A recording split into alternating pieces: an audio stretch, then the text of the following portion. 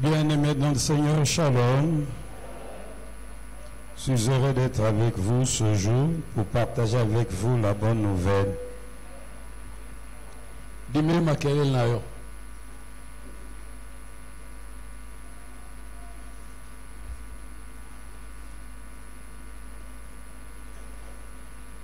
Je vous prie de bien vouloir vous lever pour écouter avec moi la parole de Dieu qui se trouve dans l'Épître aux Hébreux, chapitre 12, versets 28 et 29.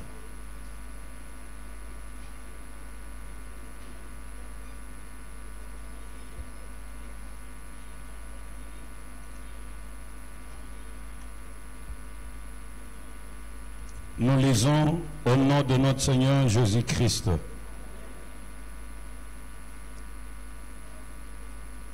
C'est pourquoi, recevant un royaume inébranlable, montrons notre reconnaissance en rendant à Dieu un culte qui lui soit agréable, avec piété et avec crainte, car notre Dieu est aussi un feu dévorant. Le deuxième texte se trouve dans l'épître de Jacques. Qu'est-ce que j'ai dit? Dans l'épître de Pierre, 1 Pierre, chapitre 5, versets 1 à 5. Nous lisons au nom de notre Seigneur Jésus-Christ. Voici les exhortations que j'adresse aux anciens qui sont parmi vous. Moi, ancien comme eux, témoin des souffrances de Christ et participant de la gloire qui doit être manifestée. Paissez le troupeau du Dieu qui est sous votre garde, non par contrainte, mais volontairement selon Dieu, non pour un gain sordide, mais avec dévouement, non comme dominant sur ceux qui vous sont échus en partage, mais en étant les modèles du troupeau.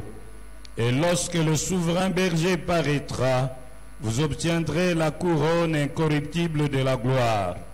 De même, vous qui êtes jeunes, soyez soumis aux anciens, et tous, dans vos rapports mutuels, revêtez-vous d'humilité, car Dieu résiste aux orgueilleux, mais il fait grâce aux humbles. Nous disons Amen. Veuillez vous asseoir.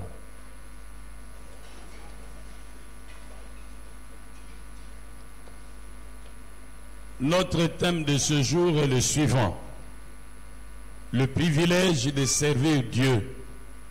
Le privilège de servir Dieu.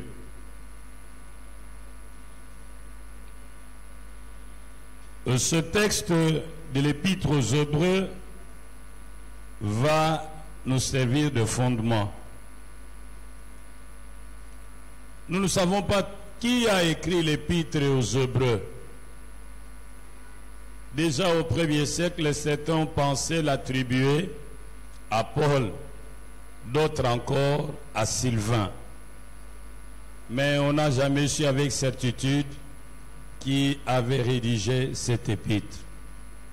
Elle est adressée à une communauté chrétienne dont la majorité est d'origine juive, des anciens judaïsants qui s'étaient convertis à la foi chrétienne. Mais ils étaient tiraillés entre le judaïsme et le christianisme. D'aucuns étaient sur le point d'embrasser de nouveau le judaïsme. C'est à cette communauté que l'auteur s'adresse pour montrer à ces fidèles qu'ils ont choisi la meilleure part. Et dans cet épître, il montre la prééminence du Christ et la supériorité de son alliance et de son sacerdoce. Nous pouvons regrouper les idées maîtresses, l'essentiel de cet épître, autour de 6 points. Dans un premier temps, l'auteur affirme que Dieu a parlé à travers son Fils. C'est ce qu'il dit depuis le chapitre 1, versets 1 à 14. Dieu nous a parlé autrefois par les prophètes, mais en ces temps qui sont les derniers, il nous a parlé par son Fils. Si nous prenons au sérieux cette déclaration, alors nous comprendrons qu'il faut faire attention aux conséquences du refus d'adhérer aux enseignements que le Fils nous apporte. C'est ce qui apparaît au chapitre 2, versets 1 à 14. Puisque Dieu nous a parlé par son Fils, alors il faut faire attention aux conséquences du refus d'adhérer aux enseignements du Fils. Deuxième vérité, c'est que le Fils de Dieu, qui est de la même nature que Dieu, qui est de la même essence que Dieu, qui est consubstantiel au Père, le Fils de Dieu, en qui habite la plénitude de la divinité, il s'est fait homme. C'est ce qu'il affirme au chapitre 2, versets 5 à 16. Et parce qu'il se fait homme, il est capable d'aider tous les humains. C'est ce qu'il affirme au chapitre 2, versets 17 et 18.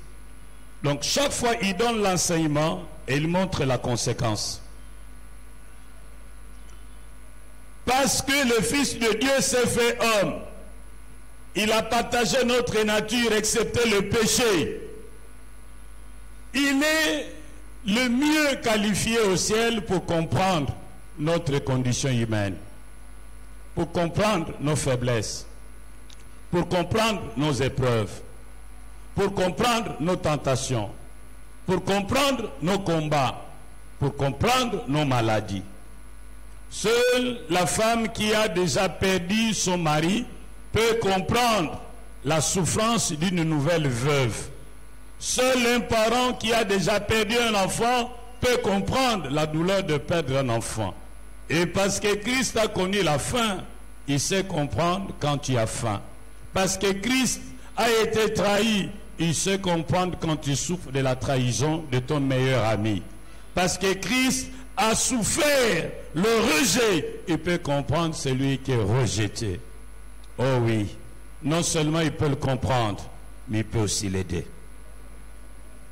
Troisième vérité. L'auteur nous dit que Christ est plus grand que Aaron. Il a la prééminence sur les anges. Il est plus grand que les anges. Il est plus grand que tous les prophètes. Il est plus grand que tout le prêtre. Oui, c'est ce que l'auteur affirme au chapitre 4, verset 14, jusqu'au chapitre 5, verset 10. Parce qu'il est le plus grand.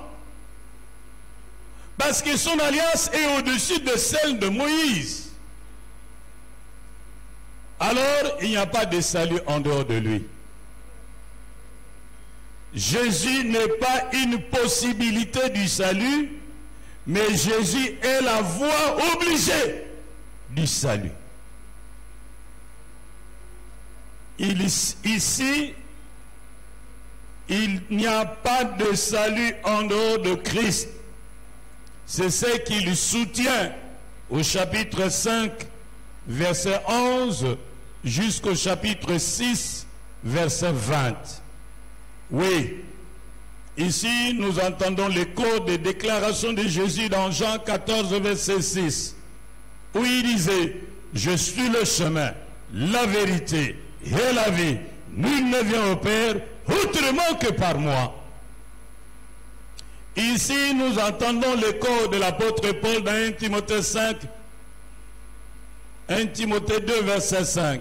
Il y a un seul Dieu et aussi un seul médiateur entre Dieu et les hommes, Jésus-Christ homme. Ici, nous entendons l'écho du cri des apôtres lorsqu'ils disent, dans Acte 4, verset 12, « Car il n'a été donné sous les ciels aucun autre nom par lequel nous devions être sauvés, si ce n'est le nom de Jésus-Christ notre Sauveur. » Jésus n'est pas n'importe qui.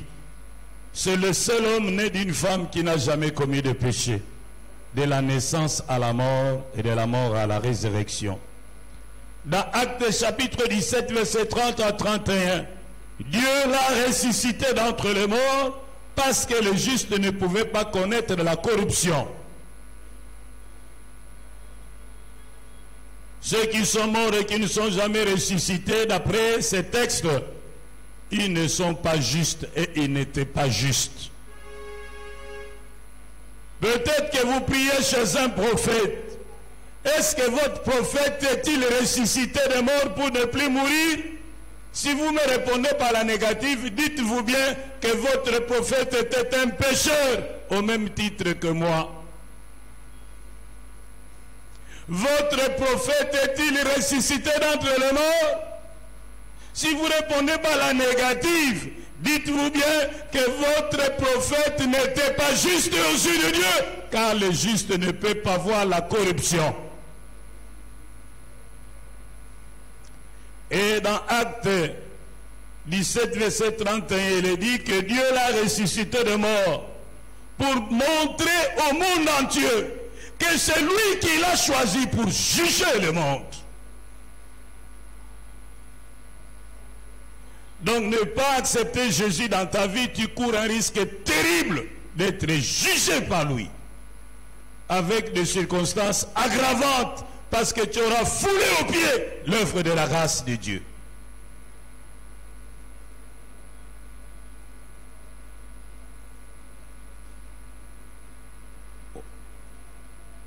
Au quatrième niveau, l'auteur de cette épître nous dit que Jésus-Christ a une prêtrise éternelle. Sa prêtrise n'est pas selon l'ordre d'Aaron, mais selon l'ordre de Melchisédek. Chapitre 7, versets 1 à 24. C'est pourquoi nous pouvons lui faire confiance. Chapitre 7, versets 25 à 28. Sa prêtrise est particulière. Elle est éternelle. Le sacrifice qu'il donne, il est à la fois lui-même prêtre et lui-même sacrifice. Son sacrifice ne couvre pas le péché, mais l'efface. Oh, bien-aimé, son sacerdoce est ouvert aux païens, aux goïms, aux incirconcis, comme vous et moi. Alors qu'autrefois, c'était réservé aux Lévites. Maintenant, même les infirmes peuvent faire partie de ces sacerdoces, alors qu'autrefois, ce n'était pas possible. Aujourd'hui, même les femmes peuvent faire partie de ces sacerdoces, alors qu'autrefois, c'était impossible. Il a apporté une révolution sacerdotale. Cinquième vérité. La nouvelle alliance qu'il inaugure par son sang est meilleure à l'ancienne. C'est ce que l'auteur affirme au chapitre 8, verset 1, jusqu'au chapitre 10, verset 8. C'est pourquoi l'auteur va livrer l'essentiel de son message. 1. Par des mises en garde. 2. Par des encouragements. Nous avons les mises en garde au chapitre 2, versets 1 à 4. Nous avons des mises en garde au chapitre 3, verset 7. Nous avons des mises en garde au chapitre 4, verset 13. Nous avons des mises en garde au chapitre 5, verset 11 jusqu'au chapitre 6, verset 20. Nous avons des mises en garde au chapitre 10, verset 26 jusqu'au verset 39. Nous avons des mises en garde au chapitre 12, verset 14 jusqu'au verset 29.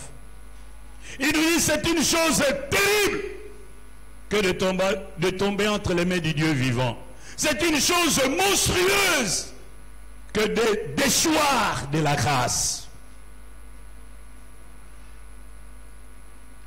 Tourner le dos à l'œuvre de la croix vous a-t-il des conséquences fâcheuses, inimaginables?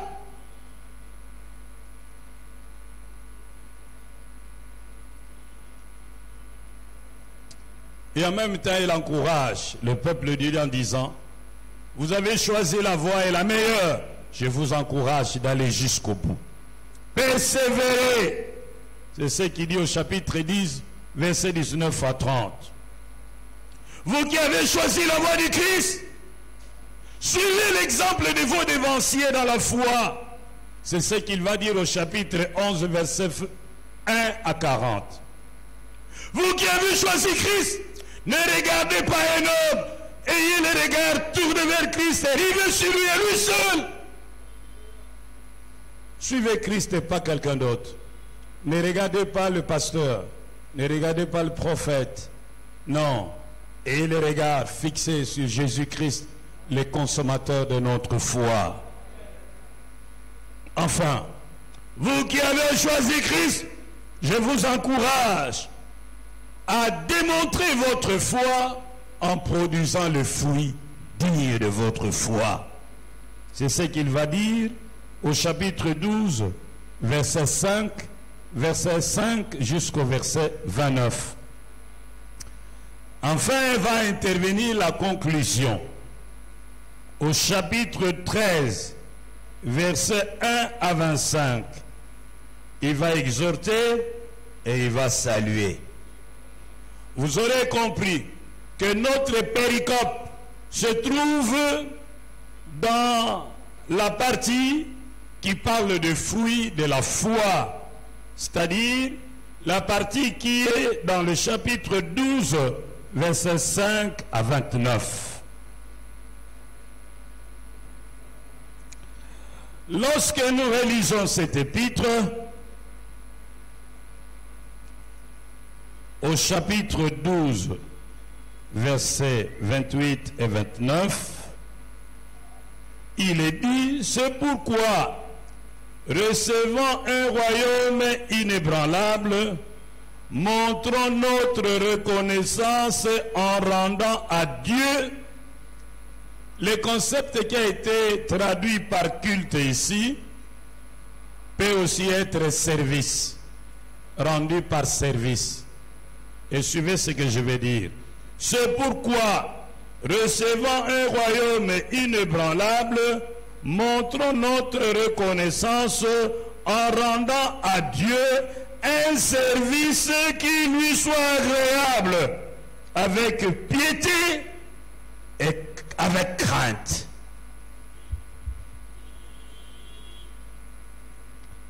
J'aimerais relire le même texte en lingala.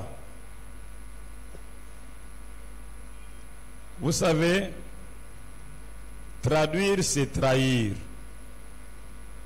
Il est difficile de superposer les émails de deux filets d'une manière parfaite. Parce que un concept peut avoir plusieurs significations synonymes. Alors le traducteur choisit les synonymes qui nous plaît. C'est pourquoi il faut avoir l'habitude de lire plusieurs traductions. Cette lecture vous aidera à mieux saisir les nuances. Je vais relire le texte pour votre attention.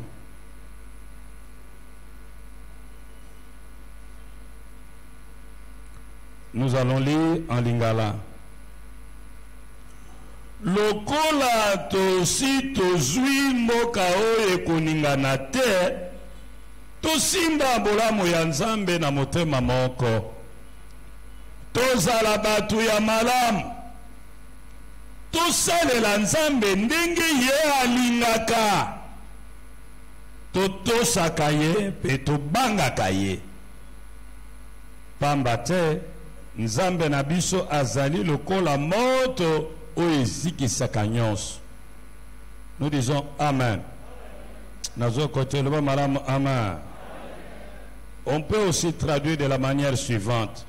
Lokola tosi tozwi mboka oyo ekoninganaka te, tosimba bolamu ya Nzambe na motema moko, tozala batu ya malamu, tosalelaka Nzambe ndenge ye alingaka, na kotosaka ye pe kobangaka ye.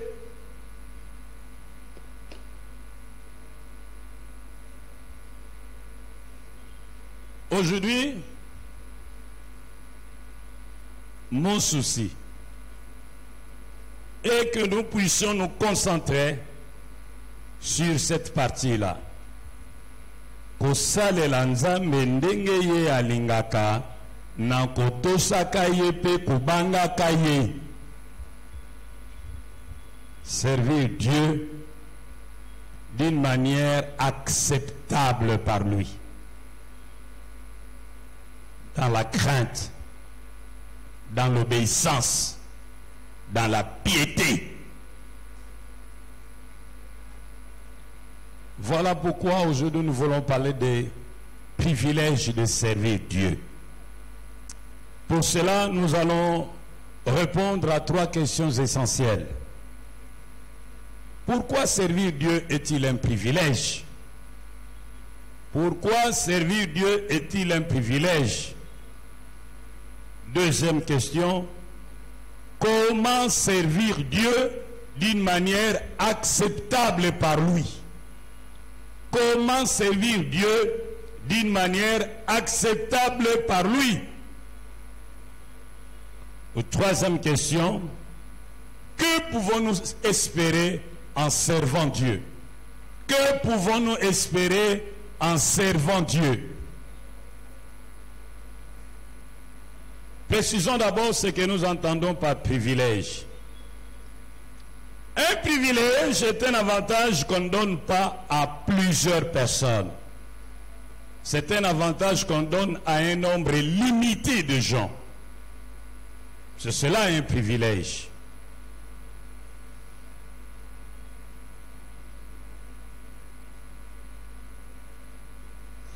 Lorsque vous considérez notre société, vous aurez l'impression qu'il y a beaucoup de serviteurs de Dieu.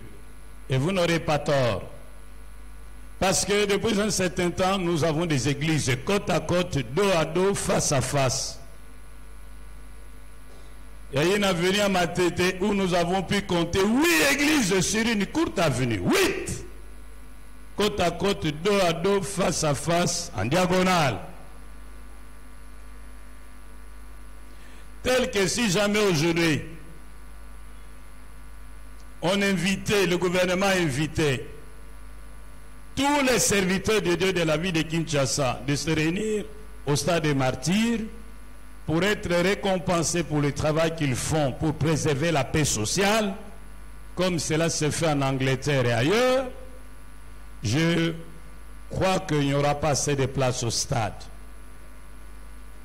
Si on disait que le gouvernement invite les pasteurs, les prophètes, les apôtres, les docteurs, les évangélistes, tous au stade pour que chacun reçoive son enveloppe annuelle. Et on prend soin de se préciser que pour les jeunes, c'est $1000. Pour ceux qui ont fait 5 ans et plus, $10,000 et plus. Laissez-moi vous dire qu'il n'y aura pas assez de place au stade. Et nous pourrons facilement dire que Jésus probablement s'était trompé dans Matthieu 9, 37 à 38, lorsqu'il a dit que la moisson est grande, mais il y a peu d'ouvriers.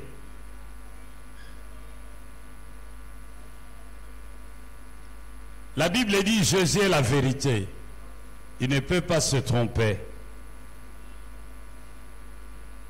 C'est vrai, servir Dieu, c'est un privilège qui n'est pas donné à plusieurs.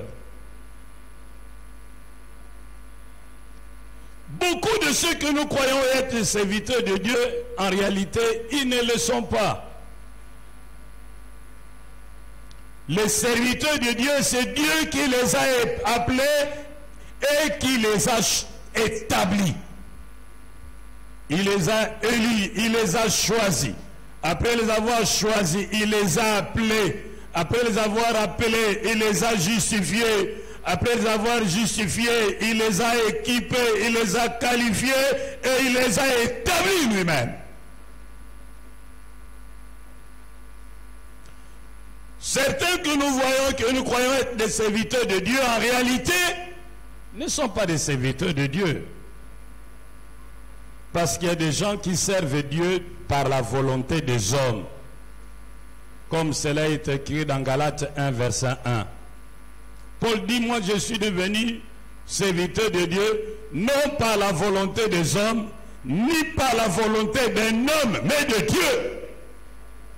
C'est autant dire qu'il y a des gens qui sont devenus serviteurs de Dieu par la volonté des hommes. Ce n'est pas Dieu qui les a appelés, ce n'est pas Dieu qui les a établis. Ils ont été appelés par des hommes, ils ont été choisis par des hommes, ils ont été établis par des hommes. Je donnerai par exemple, je donne un exemple. Moi, je suis responsable dans cette église. Alors, qu'est-ce que je fais? Quand je trouve que l'église a grandi, l'église a beaucoup de moyens, je me dis, c'est une affaire de gros sous. Alors, je dis à mon enfant, allez, Gracien, viens, va faire l'école du ministère. Termine l'école du ministère, tu deviens mon pasteur assistant. Il n'a jamais reçu un appel de Dieu, il a reçu l'appel de son Père que je suis. Il n'a jamais été établi par Dieu, il a été établi par son Père que je suis. Est-ce que vous avez compris quelque chose? Mais une deuxième catégorie de serviteurs de Dieu, des mercenaires, ceux qui sont devenus serviteurs de Dieu de par leur propre volonté. Jésus parle de ces mercenaires dans Luc 15, verset 17. L'enfant prodigue rentrant lui-même se dit, dans la maison de mon père, il y a des mercenaires qui sont bien nourris. Je vais rentrer dire à mon père, à cause de tout ce que je fais, ne me traite plus comme ton enfant, mais traite-moi seulement comme ton mercenaire. Donc un mercenaire, c'est quelqu'un qui vient de lui-même, vient se faire recruter pour recevoir un salaire. Et il y a beaucoup de mercenaires dans le champ de Dieu. Des hommes et des femmes qui n'ont aucune relation personnelle avec le maître, mais qui sont là, qui servent. Comme la maison est grande, il y a peu d'ouvriers, on ne peut pas refuser une main-d'œuvre qui vient s'offrir. C'est comme si vous êtes embourbé, quelqu'un vient vous aider pour pousser votre véhicule, vous n'allez pas refuser. Beaucoup de mercenaires qui sont venus de leur propre volonté et qui considèrent le travail de Dieu comme un gagne-pain, au même titre qu'une boîte de nuit, au même titre qu'un salon de coiffure, au même titre qu'un magasin. C'est un ligabo, c'est un business. Et si pour le faire avancer, il faut chercher les fétiches, il va le faire. Si pour le faire avancer, il doit entrer dans des loges, il va entrer. S'il faut le faire, il faut mentir, ils vont mentir. J'ai reçu un de nos pasteurs qui est à Boma, qui m'a dit qu'il y a des pasteurs qui sont recherchés à Boma, ils sont en fuite. Au motif qu'on aurait découvert qu'ils faisaient des montages de faux témoignages et de guérisons. Et cette fois-là, il s'est entendu avec une femme, on lui a dit, toi tu feras semblant d'être aveugle. Alors quand tu vas entrer dans l'église, nous allons prier pour toi et tu vas crier, je vois, je vois, je vois. Comme ça les gens vont venir nombreux. Malheureusement pour eux, ce jour-là, quelque chose de grave s'est passé. Lorsque cette femme est arrivée devant l'église, elle a commencé à crier. Bango batu ebsakingaye nazananga aveugle te bango batu balobaki nalobaka ke naza aveugle. L'affaire est tombée aux oreilles de l'homme du droit. Avis de recherche, il fouille, certains seraient ici. Est-ce que vraiment Dieu a besoin d'un mensonge pour démontrer qu'il est Dieu? Qui peuvent recourir à de tels stratagèmes sinon que les mercenaires? Les mercenaires sont des brigands. Les mercenaires sont cruels. Les mercenaires sont sans pitié. Tout ce qui compte pour eux, c'est l'argent. Ils sont prêts à vous dire n'importe quoi pour s'emparer de votre portefeuille. Ils sont cupides et insatiables. Et s'ils trouvent en vous un concurrent de taille, s'il faut vous empoisonner, ils vous tuent sans pincement de cœur. Des mercenaires.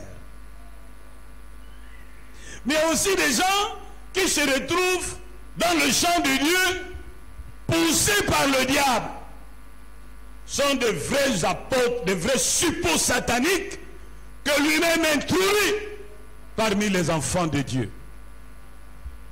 C'est à ces gens que nous renvoie le texte de Actes 20, versets 29 à 30. Des gens qui vont s'infiltrer au milieu du peuple de Dieu comme de loups cruels pour amener après eux des disciples, le suppôt de Satan.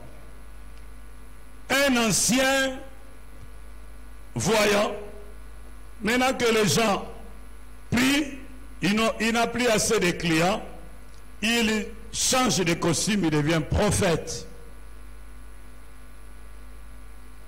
Talatala Nanzambe, ministère Talatala Nanzambe. Voilà. Un ancien guérisseur qui n'a plus de clients, il se change. Ministère du doigt de Dieu qui guérit. Ce sont des suppôts du diable, de loups ravisseurs, mais en peau de brebis. Ils entrent, ils opèrent, ils attirent des foules. Enfin, il y a de vrais serviteurs. Ceux qui sont appelés par la volonté de Dieu. Éphésiens 1, verset 1, Galates 1, verset 1. Yahweh aponi bango, Yahweh abengi bango, Yahweh apesi bango epakwa, Yahweh apesi bango mankoki, Yahweh vendisi bango.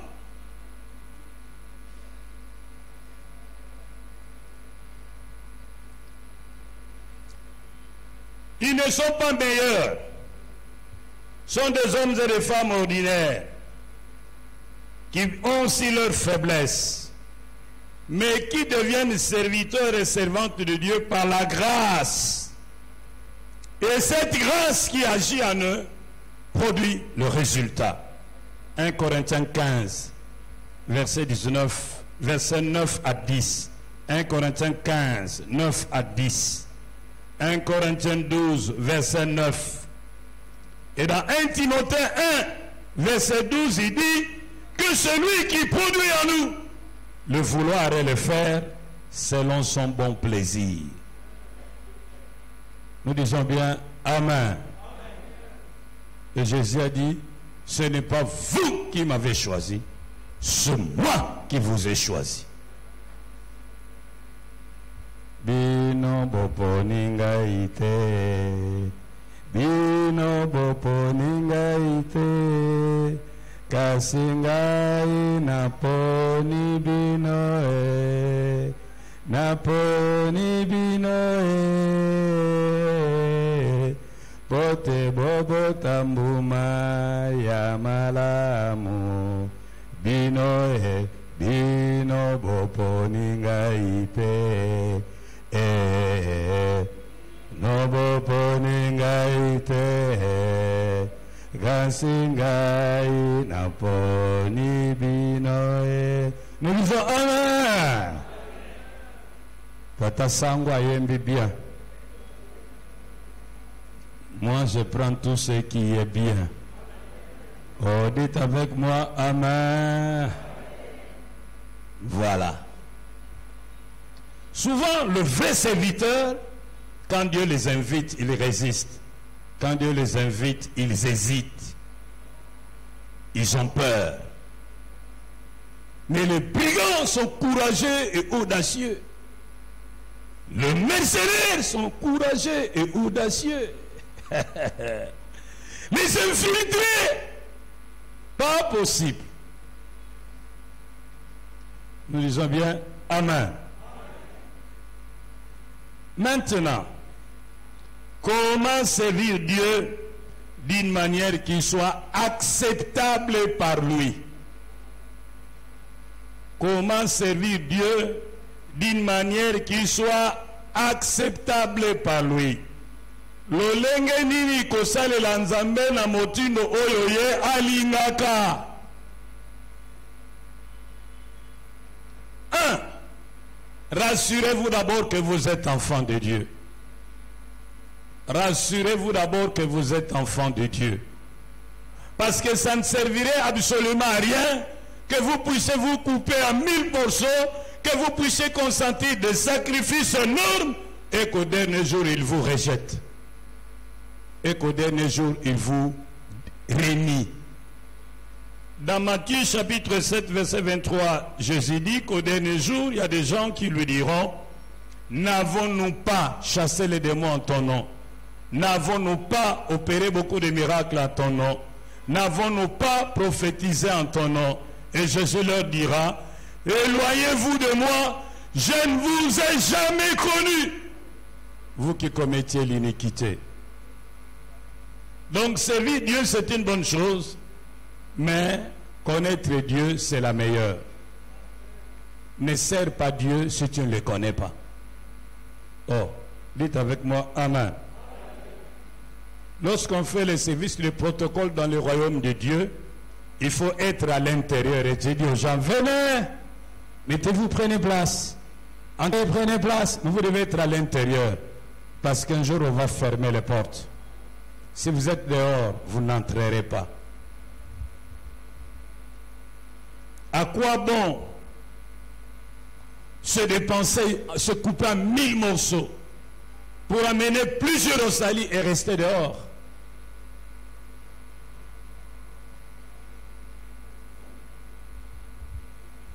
D'ailleurs, le travail de Dieu est réservé aux enfants de Dieu. Lorsque vous lisez Ephésiens chapitre 2, verset 10, Ephésiens 2, verset 10,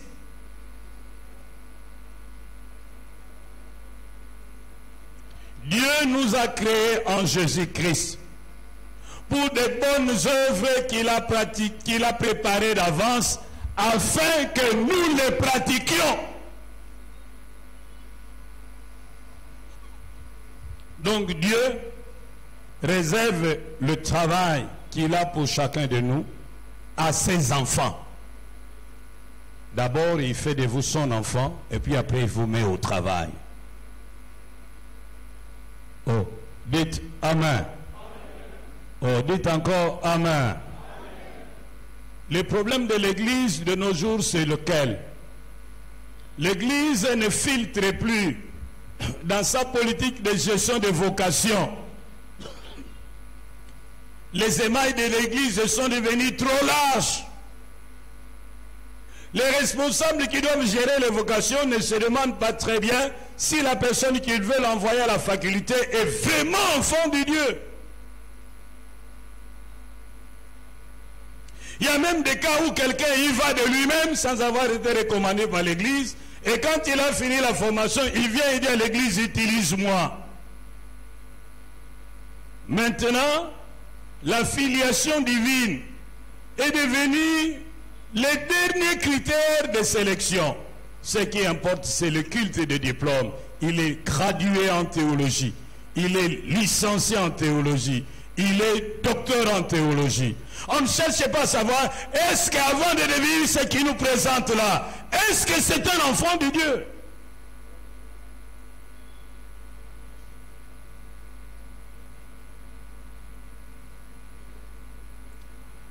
Deuxième élément, pour servir Dieu d'une manière agréable à lui, vous devez avoir des motivations pures.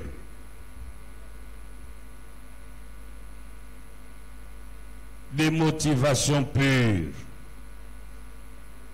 C'est ce que Pierre nous dit dans 1 Pierre chapitre 5, verset 1 et suivant.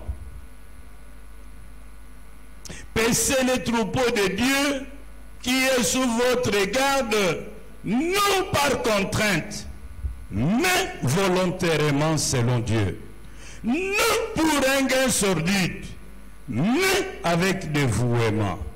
Non comme dominant sur ceux qui vous sont échus en partage, mais en étant des modèles du troupeau. Nous disons bien Amen. Non avec orgueil, mais avec humilité. Il nous faut des motifs purs, des motivations pures. Et la première motivation devrait être l'amour pour Dieu et pour les prochains. Dans Jean chapitre 21, verset 15 et suivant, Jésus dit à Pierre, Pierre, m'aimes-tu? Et Pierre dit, oui, Seigneur, tu sais que je t'aime. Il lui dit, paie mes brebis. Et Jésus lui pose une seconde fois la question, Pierre, m'aimes-tu plus que ne m'aime ceci? Et Pierre lui dit, oui, Seigneur, tu sais que je t'aime. Paie mes agneaux. Et lui dit pour la troisième fois, Pierre, fils de Jonas, m'aimes-tu? Pierre était attristé de ce que le Seigneur lui avait demandé pour la troisième fois s'il aimait. Il dit, Seigneur, tu connais toutes choses, tu sais que je t'aime. Et Jésus lui rétorquait, paie mes brebis. Notre service pour Dieu devait être motivé par l'amour pour Dieu et par l'amour pour le prochain.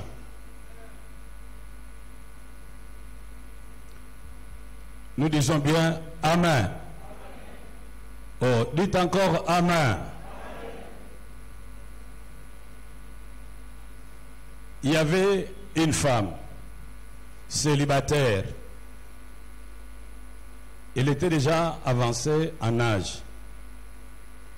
Et elle soupirait après le mariage. Mais le mariage tardait à venir. Un jour, son patron, qui était également célibataire, il avait beaucoup d'argent, lui dit, je cherchais des femmes, je n'en ai point trouvé, mais mon choix est porté sur toi. Je veux te prendre en mariage. Dis à ta famille, nous sommes lundi, samedi, je viendrai pour des entretiens avec le mien. Comme ça, on amorce le processus. La femme s'est fâchée. Il dit, patron, pourquoi tu peux te moquer de moi? Tu penses que moi, je ne veux pas me marier? Moi, j'ai un Dieu vivant que j'ai pris. Je sais qu'il me donnera un mari en son temps. Le mari n'a pas, le patron n'a pas réagi, il est parti. Il dit, je viendrai le samedi. Et puis, la fille est rentrée, elle n'a rien dit. Le samedi venu, le patron est arrivé avec sa famille. C'est alors que la fille va courir dire à sa mère, maman, tu sais, il lui raconte l'histoire. Maintenant, je le vois, il est là avec des casiers, avec des joyaux. On le reçoit quand même. Et puis, le processus est amorcé. Présentation d'hôtes civils, religieux. La femme rentre dans la maison. Dites avec moi, Amen. C'est la même maison. Avant, elle était qui? Avant, elle était qui? Bonne. Avant, elle était qui? Bonne. Et maintenant, elle devient qui? Elle devient qui? Madame. Mais dans la même main, elle va balayer la même main. Voyez la différence. Pendant qu'elle était bonne, quand approchait la fin du mois, elle était mécontente, elle balayait certains coins et laissait les autres. Parce que tous ceux qui sont salariés, quand ils arrivent à la fin du mois, ils ont l'impression qu'on ne les paye pas bien. Négligez un peu, négligez un peu. Mais maintenant qu'elle devient madame, sa manière de nettoyer la maison chambre, elle n'est plus motivée par les salaires, elle est motivée par quoi? Soulève le matelas. Il monte sur la chaise, enlève le toit d'araignée en chantant. Zambe ozamalamu. Dakukitoko kuye Zambe. Et le suivant, la même maison, le même travail, mais des motivations différentes. Maintenant, en tant que madame, la motivation c'est quoi? La motivation c'est quoi? Dieu veut que tu le serves avec A. Oh, nous devons dire Amen. Voilà. Deuxième motivation. C'est ce que nous avons lu dans Hébreux 29, verset, Hébreux chapitre 12, verset 29, 28, 29. Nous devons servir Dieu par reconnaissance pour ce qu'il a fait pour nous. C'est tellement grand que non, il faut que je le serve. Je l'ai trouvé, le bonheur ineffable. Je suis sauvé, aux joies inexprimables. Tous mes péchés sont effacés, le sang de Christ me lave. Je ne puis vivre désormais, Jésus, que de ta vie. Sans se lasser, jour après jour, il m'aime encore. Comment répondre à tant d'amour? Je crois, j'aime, j'adore. Nous disons bien Amen. Ce qu'il a fait pour moi est tellement immense que je n'ai rien à le donner en retour, sinon que de le servir avec joie.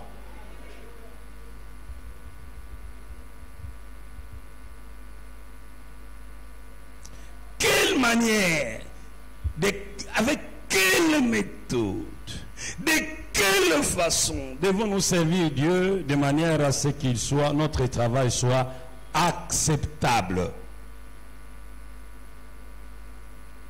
Dans Galates 1, verset 10, il est dit, quand tu sers Dieu, ne cherche pas l'approbation des hommes. Ne cherche pas à te faire voir. Ne cherche pas que les gens te félicitent. Ne cherche pas que tout le monde sache ce que tu fais pour ton Dieu. Fais-le dans la discrétion, dans le silence le plus total. Cherche l'approbation de Dieu. Il dit, si je cherche l'approbation des hommes, je ne serai plus serviteur de Christ. Galates 1, verset 10. La grande question que je te pose, continuerais-tu à faire ce que tu fais, même si les pasteurs n'en parlaient pas? Continueras-tu à donner ce que tu donnes, même si les pasteurs gardaient silence autour de ça? Pourquoi donnes-tu ce que tu donnes? Pourquoi fais-tu ce que tu fais? Qu'est-ce que tu cherches? Être connu, être vu, être apprécié? Dans les années écoulées, dans cette église, j'avais été approché par un homme dont je tais le nom, qui m'avait dit, mais pasteur, l'obéla kango quand même. Moi, caillou, mon gobo et ça l'a fait moi bien. Il y a un l'accent que ma banque.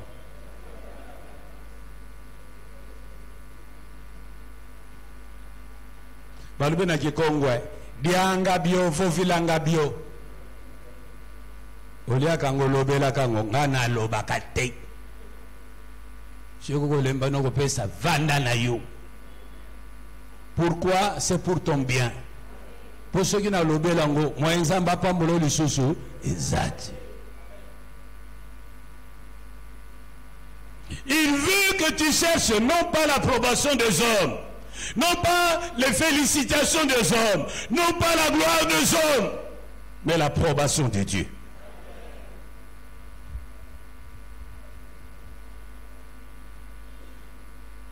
Oui, Dieu veut que tu le serves avec humilité et conscience. C'est ce que nous lisons dans Actes 20, verset 19. Il faut le servir avec humilité.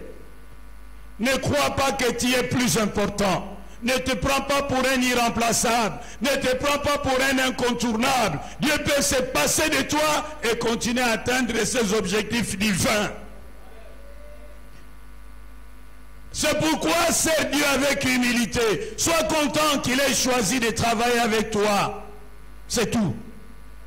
Mais fais-le avec conscience, avec un sens de responsabilité, avec un sentiment de redevabilité. Dis-toi bien qu'un jour tu rendras compte. Alors fais bien ce que tu fais. Comment servir Dieu? Il faut servir Dieu avec fidélité. 1 Corinthiens 4, versets 1 à 2. Ce qu'on attend d'un administrateur, c'est d'être trouvé fidèle. Sois fidèle. Même si tout le monde s'en va, même si tout le monde abandonne, mais toi continue à faire ton travail. Tu n'es pas au service d'un homme, mais tu es au service de Dieu. Sois fidèle. Si mes amis s'en vont, qu'importe moi j'irai. Si mes amis s'en vont, qu'importe j'irai. Si mes amis s'en vont, qu'importe moi j'irai. Oui pour toujours, oui pour toujours. Si mes amis s'en vont, qu'importe moi j'irai. Si mes amis s'en vont, qu'importe j'irai. Si mes amis s'en vont, qu'importe moi j'irai. Oui pour toujours, oui pour toujours. Un homme fidèle, c'est celui sur qui on peut compter sans peur d'être déçu. Un homme fidèle, c'est celui qui fait son travail même quand les autres équipiers abandonnent. Il a plus de raisons pour continuer à travailler que pour abandonner le travail de Dieu. Il est toujours à son poste. Quand tous les pasteurs abandonnent pour devenir des politiciens, il est toujours à son poste. Quand tout le monde abandonne le message de la repentance pour prêcher la prospérité, il est toujours à son poste. Il dit aux gens, changez de vie, croyez et vous serez sauvés. Pourquoi est-il fidèle? Parce qu'il sait que celui qui se relâche de son travail est frère de celui qui détruit.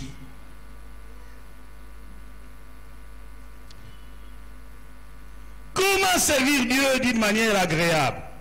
Il faut le servir avec crainte. Pourquoi craindre en servant Dieu? Parce que la Bible dit dans Jérémie 48 verset 10, maudit soit celui qui fait le travail de Dieu avec négligence. Allah kera mababe oya salaka musala nzambe ndenge longo banite lisuma elataye oya salaka musala nzambe na ndenge longo banite libabe elataye oya salaka musala nzambe na ndenge longo banite. Alors à cause de ça il faut s'allonger avec crainte.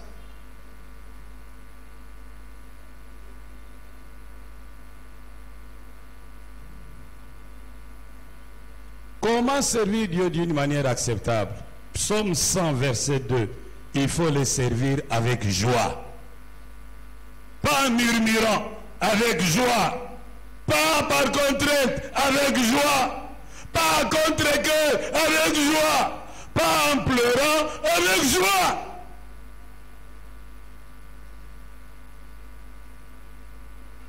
Enfin, comment servir Dieu? Avec excellence. Dans 1 Corinthiens 15, 58, la Bible dit, travaillons de mieux en mieux pour le Seigneur, sachant que notre travail ne sera pas vain dans le Seigneur. De mieux en mieux. Nous devons dire non à la médiocrité. Nous devons chercher l'excellence.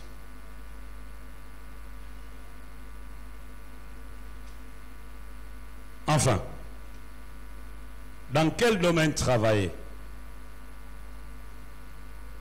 Bien-aimés, je ne peux pas vous dire travailler dans tel domaine, travailler dans tel secteur. Non, je ne peux pas vous le dire.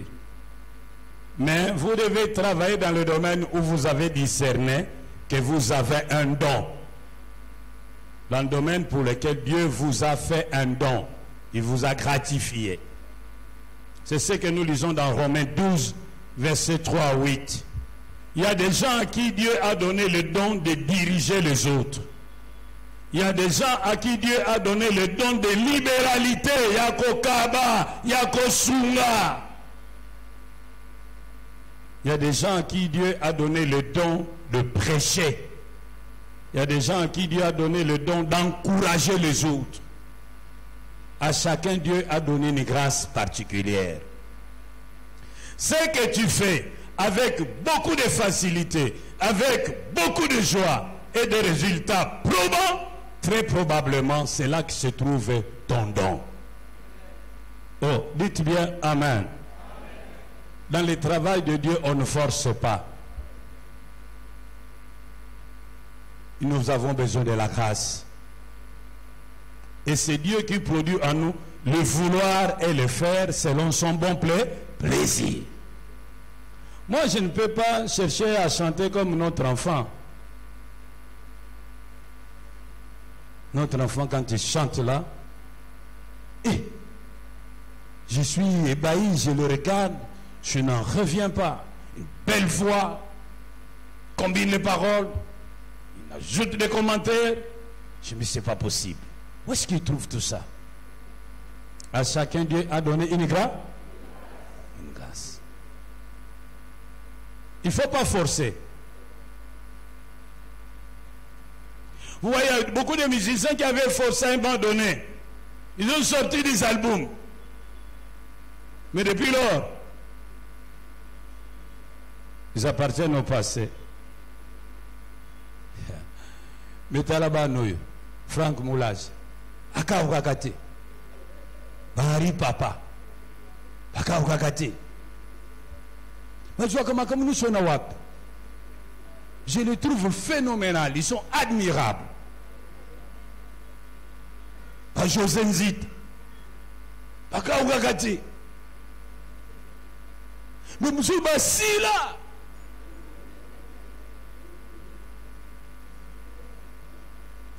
Nous avons créé une foot musique. Nous avons composé un bomboula mini. Dis à ton ami, dans l'œuvre de Dieu, on ne force pas, dis-le, dis-le. Fais ce pourquoi Dieu t'a donné une grâce. Une grâce. Parce que la vie, des fois, moi je suis ici, j'entends les gens répéter. Ils ont répété ça, ils répètent encore, ils répètent encore. Ah, mais vraiment, ils ne se fatiguent pas. Mais comme ils ont la grâce de chanter, ils ne s'ennuient pas. Ils répètent, ils répètent, ils répètent, ils répètent, ils répètent, ils maîtrisent. Ouais, nous sommes différents. Nous disons bien Amen. Il faut découvrir ton don. Pendant la croisade de prière que nous aurons sur la Pentecôte, nous allons donner un enseignement sur le don spirituel. Préparer le message, d'aucuns diraient c'est facile. Faites attention. Ce n'est pas une mince affaire. Ah, mais si tu as le don, tu peux préparer dans 10-15 minutes. Mais si tu n'as pas le don, tu vas avoir une table remplie de livres. Tu as les concordances, tu as les commentaires, tu as les côtés. Tu ne te retrouves pas qu'un Internet au télécharger. Alors, nous tellement Internet, nous découvrir mon message. Au Sambois. Ou alors tu vas prendre des livres de Pau, de Télosborne, tu copies, tu viens, tu débites comme un perroquet. Ça ne va rien changer dans la vie des gens. Il faut avoir un don. Ceux qui ont là, tu as numéro 9.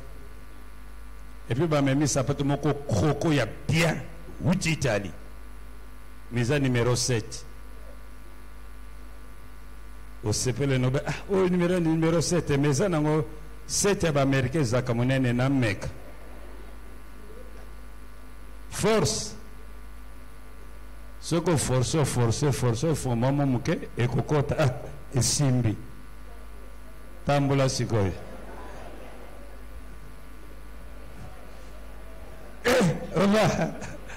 On va. Dis à ton ami, ne force pas, dis-lui. Force pas. Là, ta numéro na. Très important. Alors, quel autre domaine? Ésaïe 6. Dieu a fait des offres et des services. Il a besoin des évangélistes. Il dit, qui marchera pour nous? Il cherche des évangélistes qui peuvent aller. Si tu acceptes, il va te qualifier, il va t'équiper. Et moi, je vais te former sur comment évangéliser. Dieu ne cherche pas des hommes expérimentés. Il ne cherche pas des hommes capables. Il cherche des hommes et des femmes inexpérimentés, incapables. Et lui-même va les rendre fidèles et capables. Il cherche des évangélistes. Dieu cherche des spécialistes en intercession. Ézéchiel 22:30. Il cherche des hommes et des femmes qui se tiennent à la brèche pour prier en faveur de son peuple. Il a besoin des intercesseurs. Il n'a pas besoin des spécialistes. Il a besoin des gens qui ne savent pas intercéder. Il n'a pas besoin des spécialistes. Il a besoin des gens qui sont faibles dans la prière, mais qui prennent conscience du fardeau et qui viennent à Dieu pour dire, je suis incapable. Prends-moi tel que je suis et donne-moi ta capacité. Il va te former, il va t'équiper.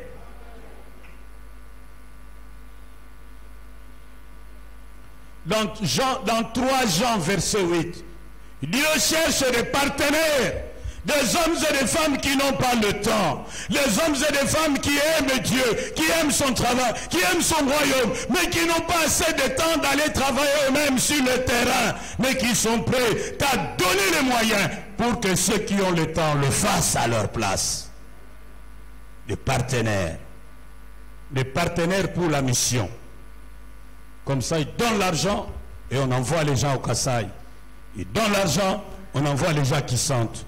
Ils donnent l'argent, on envoie les gens à Kassongolund.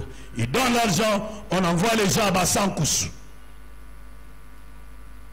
Il va être partenaire de celui qui est envoyé. Bien-aimés, les 3 domaines sont des domaines très importants. Ceux qui travaillent au partenariat dans l'église et partenariat pour la mission, ils sont très importants parce qu'ils jouent le rôle de la logistique. Ce sont eux qui donnent les munitions, qui donnent les armes, qui donnent les bottes, qui permettent aux travailleurs, aux combattants de livrer bataille sur terrain.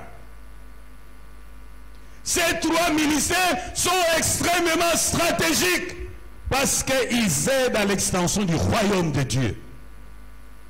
Aucun homme ne fait le service militaire à ses propres frères. On a besoin des hommes et des femmes qui aiment Dieu, mais qui n'ont pas le temps, mais qui sont prêts à donner leur argent pour soutenir l'œuvre de Dieu. Je donne ma dîme, je donne mes offrandes, je donne la mission, oui, tout ça, mais je n'ai pas le temps d'aller travailler moi-même. Alors je donne pour ceux qui ont le temps. Oh, dites avec moi, Amen. Oh, dites encore avec moi, Amen. Dans l'église, nous n'avons pas besoin de chrétiens spectateurs. Nous n'avons pas besoin de chrétiens patrons. Nous avons besoin de chrétiens ouvriers, de chrétiens serviteurs.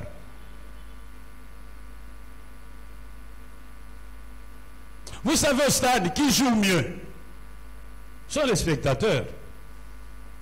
Quand ils sont là sur le gradin. 9, baissez la sainteté. Mais quand je suis la numéro 8, mais mesdames, je tournais bien. Repliez quand les jours.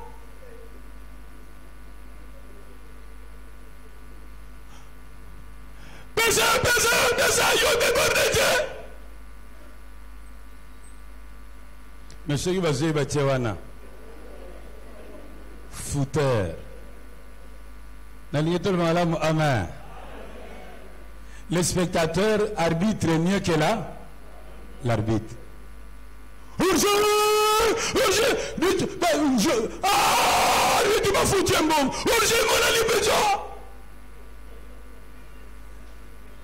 Ils voient le pénalty là où l'arbitre n'a pas vu de paix. Touche. L'arbitre dit continue. Ce n'est pas la main qui est allée vers la balle, c'est la balle qui est allée vers la main. Continue. Vraiment, arbitre à faux. Pénalité pour ça.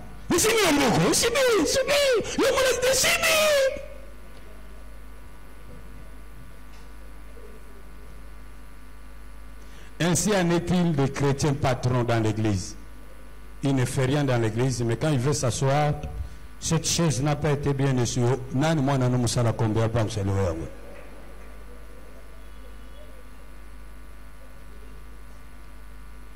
L'église honnête va combattre l'ango bien. Pour nani no yaki tongo te oko. La toilette sur le côté sur le massou, pas moyen vraiment il peut s'habiller sur la rime. Frère l'église passe pour ce que pour nani no yamo au côté de la commission nettoie. Au fond de nos pembena, c'est ceux qui m'ont abîmé au côté sur piment. Problème is up. Nous allons chrétien serviteur, chrétien patron.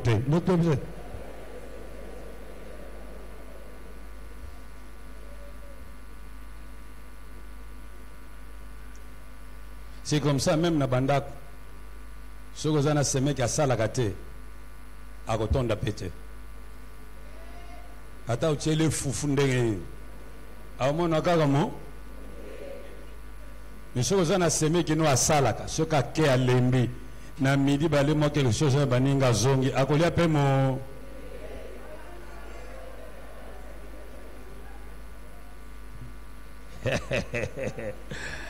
Ah, naloba.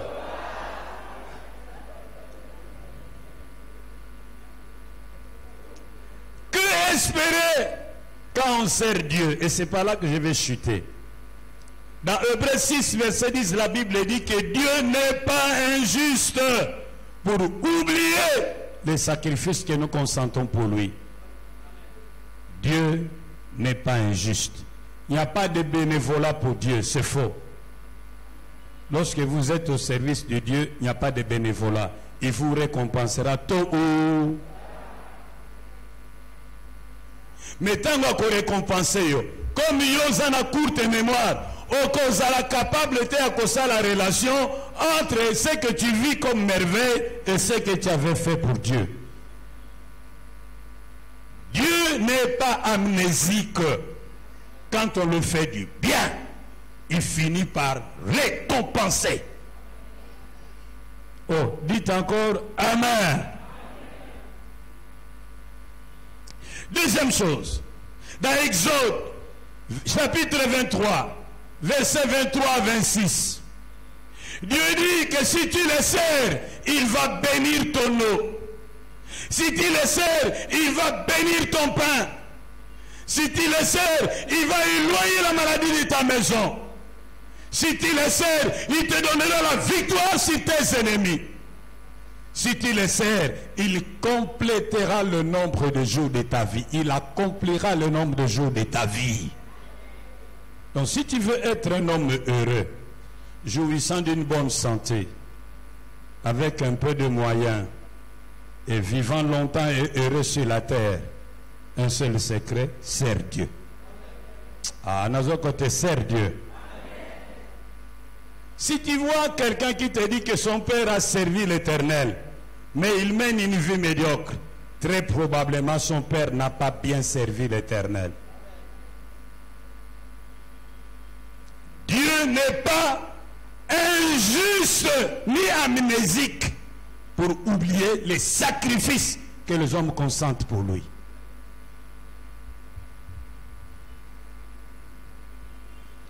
Jette ton pain sur la surface des eaux et avec le temps tu le retrouveras. Oh, dites encore Amen.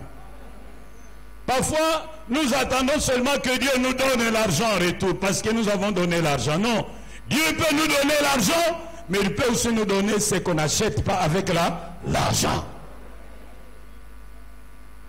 Tu sers Dieu en soutenant l'intercession, en soutenant l'évangélisation, en soutenant les serviteurs de Dieu. Dieu peut donner à tes enfants l'intelligence. Dieu peut donner à tes enfants la sagesse. Dieu peut donner à tes enfants des mariages stables. Que ce soit les garçons, akobala moi ça ko tambuse mutute, moi ça ko tosaye, moi ça ko lingaye, moi ça ko la fidèle, moi ça ko la responsable. Moi ça ko yamba bokilo bien. C'est une bénédiction de l'Éternel. Il ne faut pas seulement attendre l'argent. Dieu peut te préserver des accidents, des empoisonnements, de mauvais complots. Dieu peut t'accorder la grâce d'assister au mariage de tes petits-fils, d'assister au mariage de tes petites-filles, de porter dans tes bras les enfants de tes petites-filles. Elle travaille, elle dit, Pépé, tiens d'abord le bébé, et tu tiens le bébé, tu chantes, Jésus est là, il est roi, il pleure, tu chantes, et ça fait du bien. Et les gens se demandent, toi tu vis encore? Tu dis oui, la mort m'a oublié.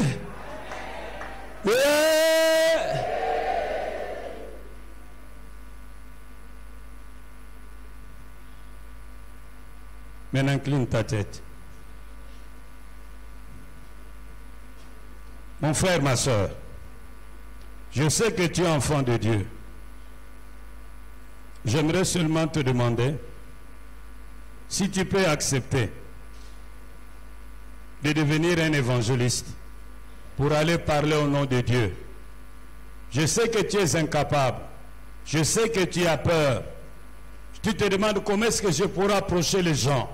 Comment est-ce que je pourrais les aborder. Tu es exactement le genre d'homme dont Dieu a besoin. Ceux qui se sentent incapables. Voilà les hommes et les femmes que Dieu cherche. Mais qui veulent que Dieu les rende capables, les qualifie, les équipe. Voilà les gens d'hommes que Dieu cherche. Et moi, je vais te donner une formation. Et tu seras un bon évangéliste. Qui veut entrer dans l'armée des évangélistes pour que Dieu les qualifie, l'équipe, et que moi je le forme, il peut se lever. Merci mon frère. Merci mon frère. Merci mon frère. Merci maman. Merci ma soeur. Merci papa. Merci ma soeur. Merci mon frère. Dieu demande, il a besoin des hommes et des femmes qui peuvent marcher pour lui, qui peuvent aller dire aux hommes que Dieu les aime et veut les sauver. Il a besoin de ceux qui ont peur. Il a besoin de ceux qui ne savent pas comment s'y prendre. Et lui-même va les qualifier, va les équiper. Et moi, je vais les former. Si tel est ton désir, lève-toi.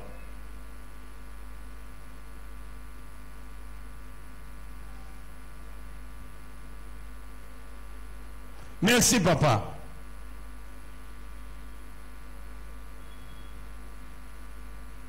Si tu as peur, alors il a besoin de toi. Lève-toi. Il a besoin de ceux qui ont peur. Il a besoin de ceux qui ne savent pas approcher les gens. Il a besoin de ceux qui se sentent insignifiants, incompétents. Il a besoin de ces gens-là pour se glorifier à travers eux. Il va vous transformer. Vous vivrez quelque chose de nouveau. Y a-t-il quelqu'un qui peut accepter de devenir intercesseur pour cette église? De prier pour les pasteurs, prier pour la famille du pasteur, prier pour les membres de l'église, prier pour les missionnaires, prier pour l'extension de l'église. Se réveiller la nuit, chercher la face de Dieu. Veux-tu faire partie de cette équipe? Si oui, lève-toi. Merci ma soeur. Merci mon frère. Merci ma soeur. Il a besoin des hommes et des femmes qui se tiennent à la brèche pour prier. Oh oui, priez. Jeûnez, veillez. Il a besoin de ces hommes et de ces femmes. Si tu es là, lève-toi, je t'en supplie. Si tu es là, lève-toi, je t'en supplie. Le Seigneur t'appelle. Il a fait beaucoup pour toi à la croix. Et c'est une grosse affaire de lui donner un peu de ton temps pour la prière. Merci ma fille. Et c'est vraiment une grosse affaire de lui donner un peu de temps. Un jour tu ne manges pas pour prier pour l'église. Une nuit tu ne dors pas pour veiller en faveur de l'église. Si oui, lève-toi. Tu te dis, est-ce que je saurai? Il te rendra capable. Tu dis, je n'arriverai pas. Tu y arriveras avec son aide.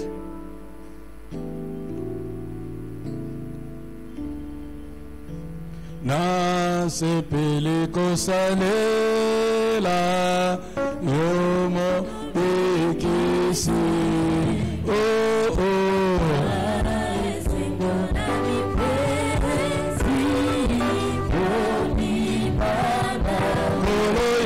Kamata. Toi qui t'es levé, prie. Yomo totele makibondela. Batera.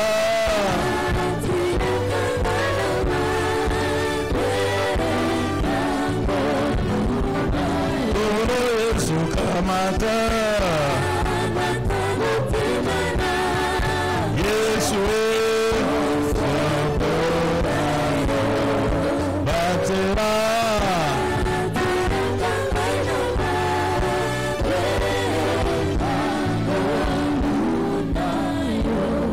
Notre Père et notre Dieu, toi qui as besoin de souffler dans ta moisson, entre tes mains je recommande ces frères et sœurs qui ont entendu ton cri et qui ont répondu oui à ton appel, pour que toi tu les qualifies et que tu les équipes en vue de l'œuvre pour laquelle ils se sont levés. Au nom de Jésus, j'ai ainsi prié. Amen. Fandesi que soit mieux. Comment combo na yo na papier bapesio? Comment numéro de téléphone na yo? Comment paie commission yo lingi kozala intercesseur ou bien lingi kozala évangéliste? Comment yango siko comment? Ngumba mutuna yo. Yo mususu ngumba mutuna yo. Dieu a besoin de partenaires, des hommes et des femmes qui peuvent donner leur argent. Ils vont prendre librement l'engagement de donner une somme donnée chaque mois pour soutenir l'œuvre, pour qu'elle aille de l'avant. Ce sont des hommes et des femmes qui aiment le Seigneur, mais qui n'ont pas le temps pour être sur le terrain eux-mêmes, mais qui veulent donner le soutien à ceux qui sont sur le terrain.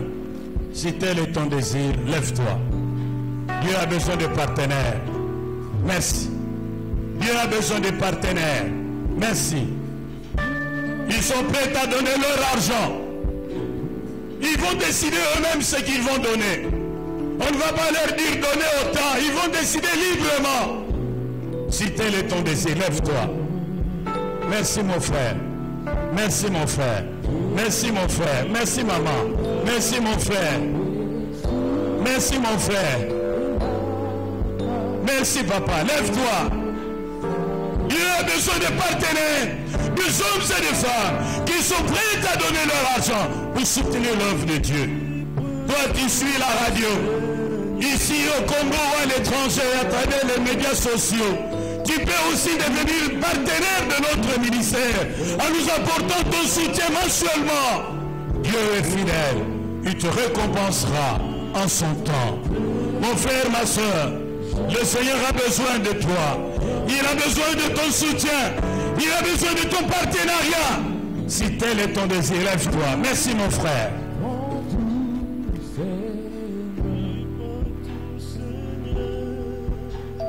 Oui, prends tout, Seigneur.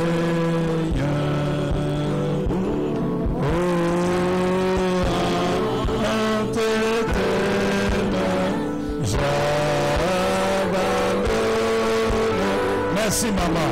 Tout à Oui, prends tout. Merci, Papa. Tout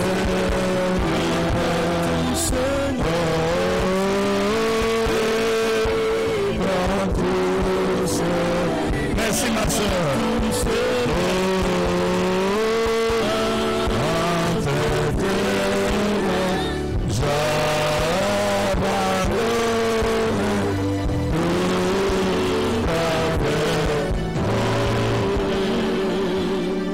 Maintenant, toi qui t'es levé, parle à Dieu. Dis-lui la vérité de ton cœur. Demande-lui de t'aider à être fidèle à l'engagement que tu prends. Dis-lui, je vais te faire plaisir, pas au pasteur, ni à qui que ce soit. C'est vis-à-vis de toi que je prends cet engagement. Viens à mon aide, Seigneur. Prie là où tu es.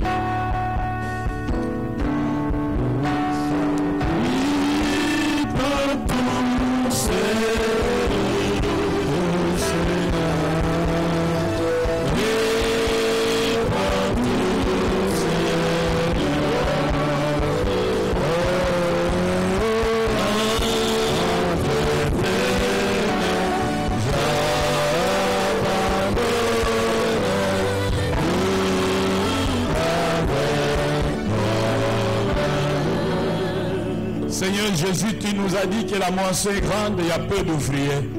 Ces frères et sœurs qui se sont levés ont pris conscience de la nécessité des ouvriers dans ta moisson. Mais eux, ils n'ont pas le temps. Et ils ont promis d'apporter leur soutien aux peu d'ouvriers qui sont dans ton champ. Ma prière est que tu protèges leurs sources de revenus, que tu les fasses prospérer à tous égards, afin que possédant davantage de quoi pourvoir à leurs besoins, ils aient de quoi participer à toute bonne œuvre. À toi, je confie les frères et sœurs qui sont hésitants, pour que tu continues à leur parler, à les interpeller et à les convaincre. Pour ta seule gloire, au nom de Jésus-Christ de Nazareth. Amen.